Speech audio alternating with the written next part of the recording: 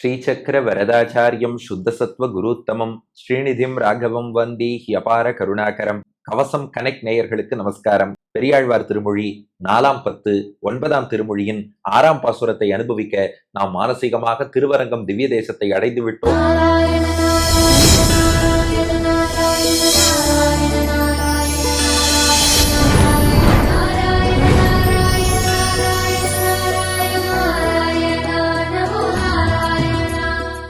பெரிய பெருமாள் ஆதிசேஷன் மீது பள்ளி கொண்டிருக்கிறார். மேலே பிரணவாக்கார விமானம், சுற்றி உபய காவிரி, அருகிலே திருமண தூண்கள். பெரியாழ்வார் அனுகிரகத்தால பெருமாள் முன்னாடி நின்றோம். 6ஆம் பாசுரம். மீண்டும் கண்ணனாகவே பெரிய பெருமாளை அனுபவித்து பாடுகிறார். எப்போதும் போல 2+2 ஃபார்முலா. முதல் 2 அடிகள் கண்ணனுடைய பெருமை, அடுத்த 2 அடிகள் அவன் அரங்கனாக உறையும் திருவரங்கத்தின் பெருமை. பாசுரம். மைத்துனன்மார் காதலியை மயிர் முடிப்பித்து அவர்களையே மன்னராக்கி உத்தரைதன் சிறுவனையும் உய்யக் கொண்ட உயிராளன் உறையும் கோயில். பத்தர்களும் பகவர்களும் பழமொழிவாய் முனிவர்களும் பரந்த நாடும் சித்தர்களும் தொழுதிரைஞ்ச திசை விளக்காய் நிற்கின்ற திருவரங்கமே. மைத்துனன்மார் காதலியை மயிர் முடிப்பித்து அவர்களையே மன்னராக்கி உத்தரைதன் சிறுவனையும் உய்யக் கொண்ட உயிராளன் உறையும் கோயில். பத்தர்களும் பகவர்களும் பழமொழிவாய் முனிவர்களும் பரந்த நாடும் சித்தர்களும் தொழுதிரைஞ்ச திசை விளக்காய் நிற்கின்ற திருவரங்கமே. பாட்டின் முதல் பாதி. கண்ணபிரான் என்ன பண்ணா? உங்க எல்லாருக்கும் தெரிஞ்ச சரித்திரம் தான்.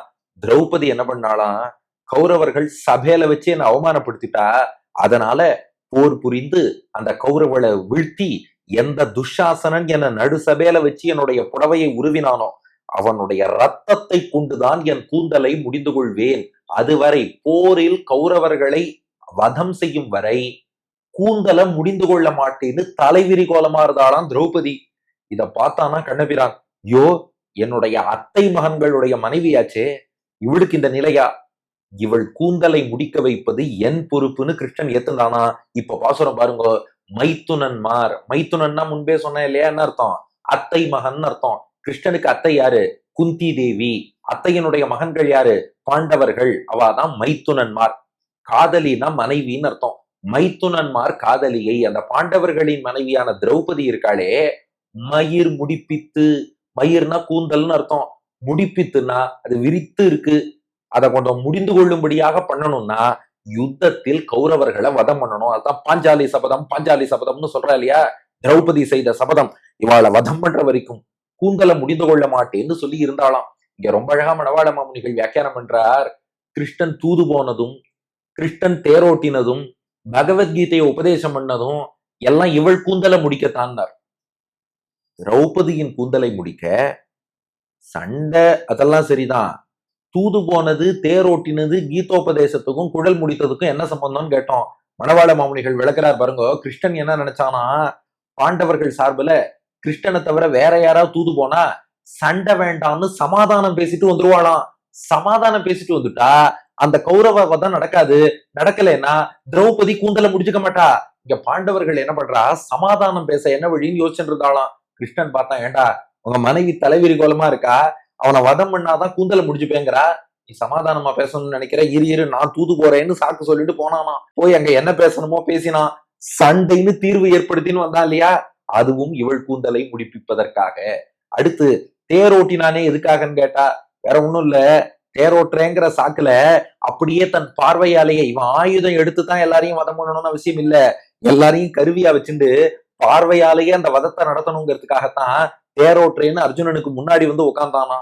பகவத்கீதை உபதேசம் எதுக்குன்னா, போருக்கு வந்த அர்ஜுனன் இவனை ஒரு சாக்கா வச்சு கௌரவர்களை வதம் பண்ணா திரௌபதி கூந்தலையாவது முடிச்சுப்பாளேன்னு கிருஷ்ணன் நினைச்சுட்டு இருக்கும்போது திடீர்னு அர்ஜுனன் வந்து, இல்ல எனக்கு சண்டை போட பயமா இருக்கு, காண்டிவன் அழிவு விழறது, மனசெல்லாம் சுழல்றது, உக்காடுறேன்னு உட்காந்தா.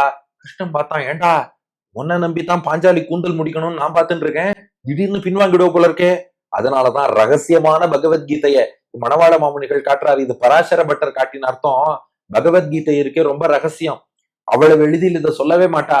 போர்க்களத்துல வச்சு திடீர்னு சொன்னதுக்கு என்ன காரணம்னா, கிருஷ்ணன் பதறிட்டானோ, ஐயோ அங்க பாஞ்சாலி கூந்தல் முடிக்காம இருக்கா, ஏண்டா நீ பாட்டுக்கு திடீர்னு போர்ல இருந்து பின்வாங்குவேங்கிறியே, அதனால தூதும் போய் சாரத்தியமும் பண்ணி சாரதியாகவும் இருந்து அத்தோடு கீதையும் உபதேசித்து யுத்தத்தை நடத்தி மைத்துனன்மார் காதலியை மயிர் முடிப்பித்து அந்த திரௌபதிங்கிற ஒரு பெண்ணுக்காக இத்தனை பண்ணியிருக்கான் கிருஷ்ணன். அவ கூந்தலை முடிந்து கொள்ளும்படியாக பண்ணான். கௌரவர்கள் அழிந்தார்கள், பாஞ்சாலி சபதம் வென்றது, அதனால அவ கூந்தலை முடிந்து கொண்டாள். அத்தோடு அவர்களையே மன்னராக்கி, அவர்கள்னா மைத்துனன்கள், ஏற்கனவே பார்த்தோம் இல்லையா பாண்டவர்கள், அவர்களையே மன்னராக்கி இப்ப கௌரவர்களை மொத்தமா அழிச்சுட்டதுனால மொத்த ராஜ்யத்துக்கும் மன்னர்களாக பாண்டவர்களை ஆக்கினான். அத்தோட நிக்கல, இந்த பாண்டவர்களின் சந்ததியையும் காப்பாத்தினான். இந்த வரலாறு விரிவா முன்னாடியே சொல்லிட்டோம், கம்ப்ளீஷன் சேக் இந்த இடத்துல சொல்றேன். உத்தரை தன் சிறுவனையும் உய்ய கொண்ட, உத்தரை யாருன்னா அர்ஜுனனுடைய மகன் அபிமன்யு. அந்த அபிமன்யுவோட மனைவி உத்தரை. போருக்கு முன்னாடியே உத்தரை கர்ப்பம் தரித்து விட்டாள். ஆனா போர்ல அபிமன்யு இறந்து போயிடுறான். இப்ப உத்தரை கர்ப்பத்துல வளரும் குழந்தை தான் பாண்டவர்களின் ஒரே வாரிசு. அந்த குழந்தைய குறித்து அஸ்வத்தாமா அஸ்திரம் போட்டுட்டான்.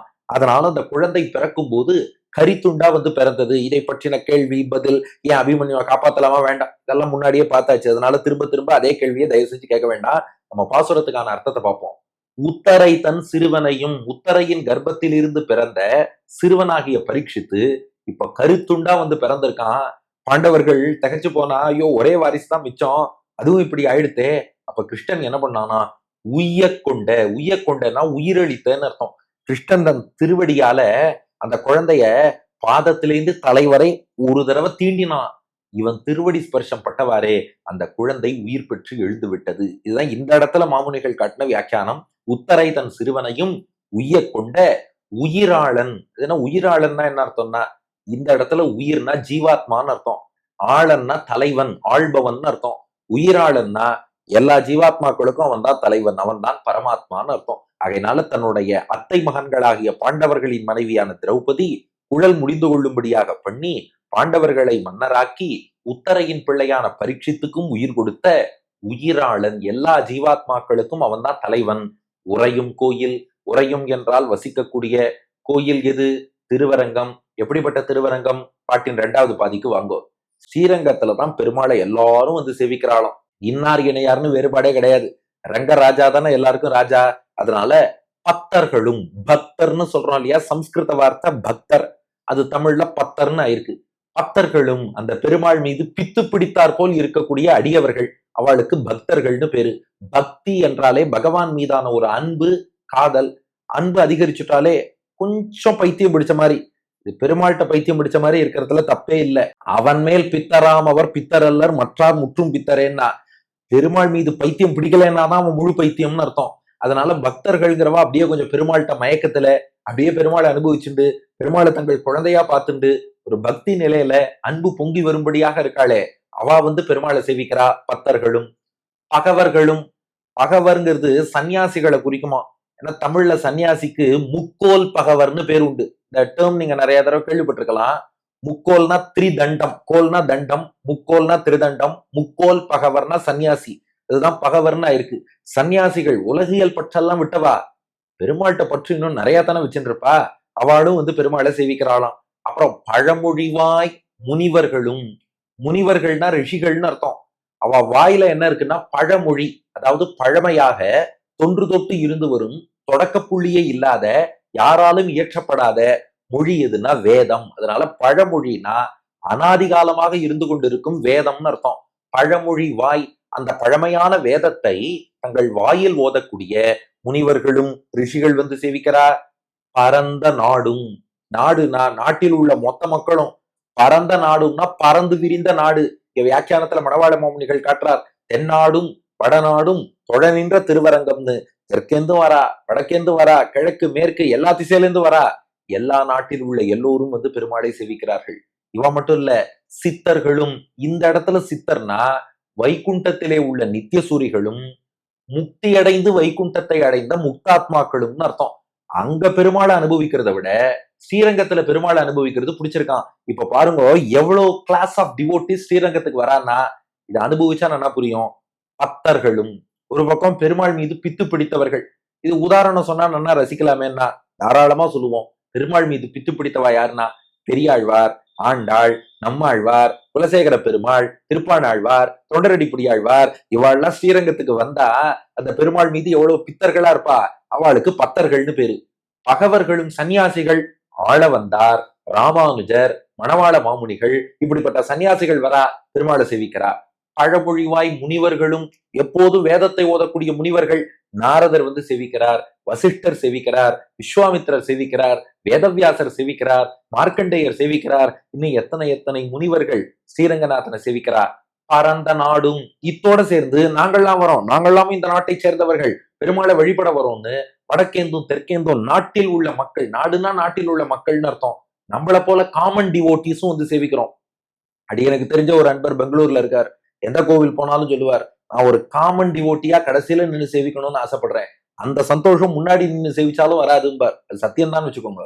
அதனால பரந்த நாடும் அப்படிப்பட்ட காமன் டிவோட்டிஸ் பல பேர் வரா. சித்தர்களும், சித்தர்னா வைகுண்டத்திலேருந்து நித்திய சூரிகளும் இறங்கி வரா.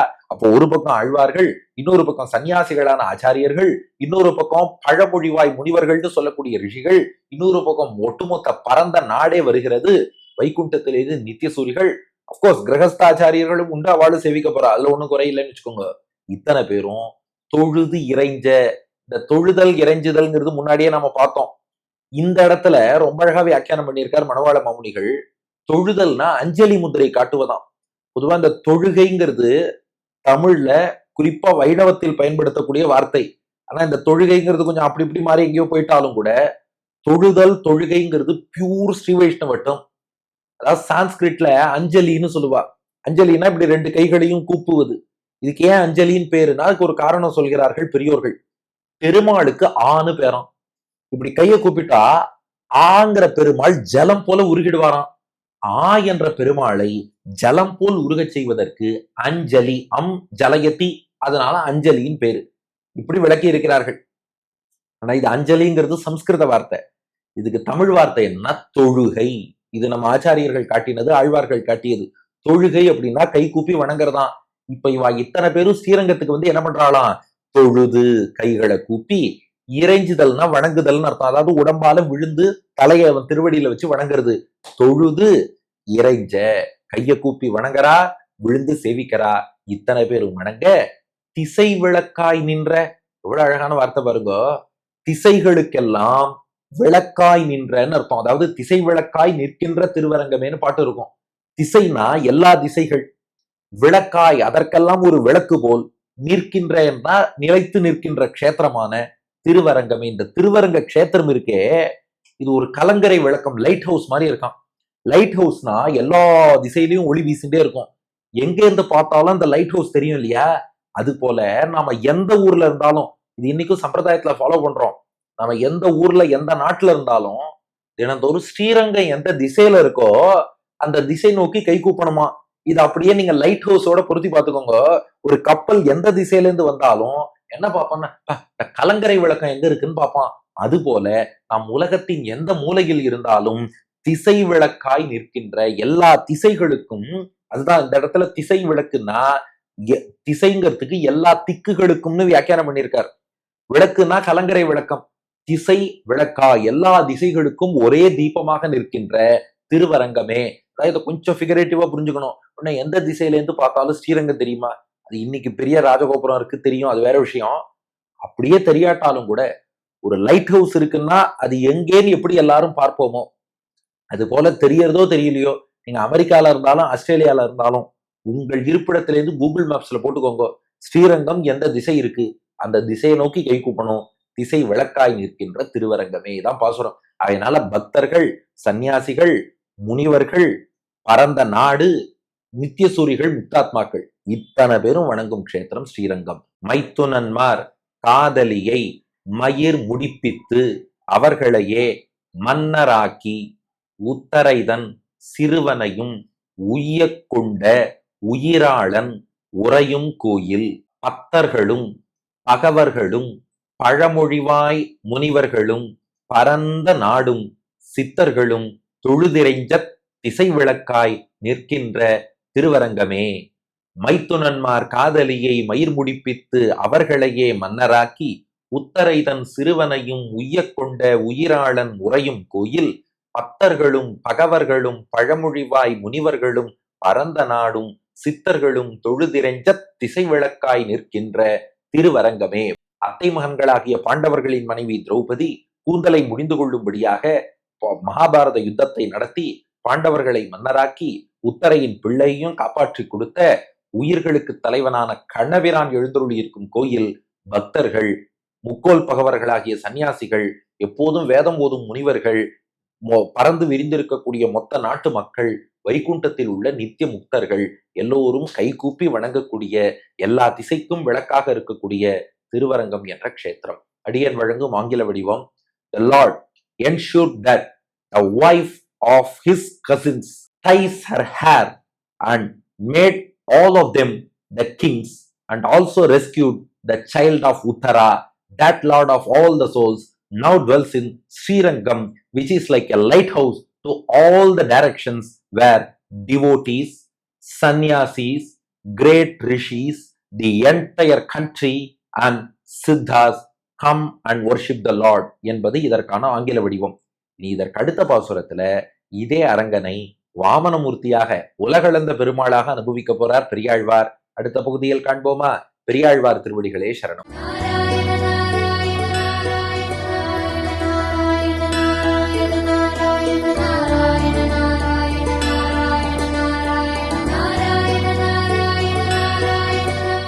மைத்துனன்மார் காதலியை மயிர் முடிப்பித்து அவர்களையே மன்னராகி உத்தரை தன் சிறுவனையும் உய்ய கொண்ட உயிராளன் உறையும் கோயில், பக்தர்களும் பகவர்களும் பழமொழிவாய் முனிவர்களும் பரந்த நாடும் சித்தர்களும் தொழுதிரைஞ்ச திசை விளக்காய் நிற்கின்ற திருவரங்கமே, திசை விளக்காய் நிற்கின்ற திருவரங்கமே.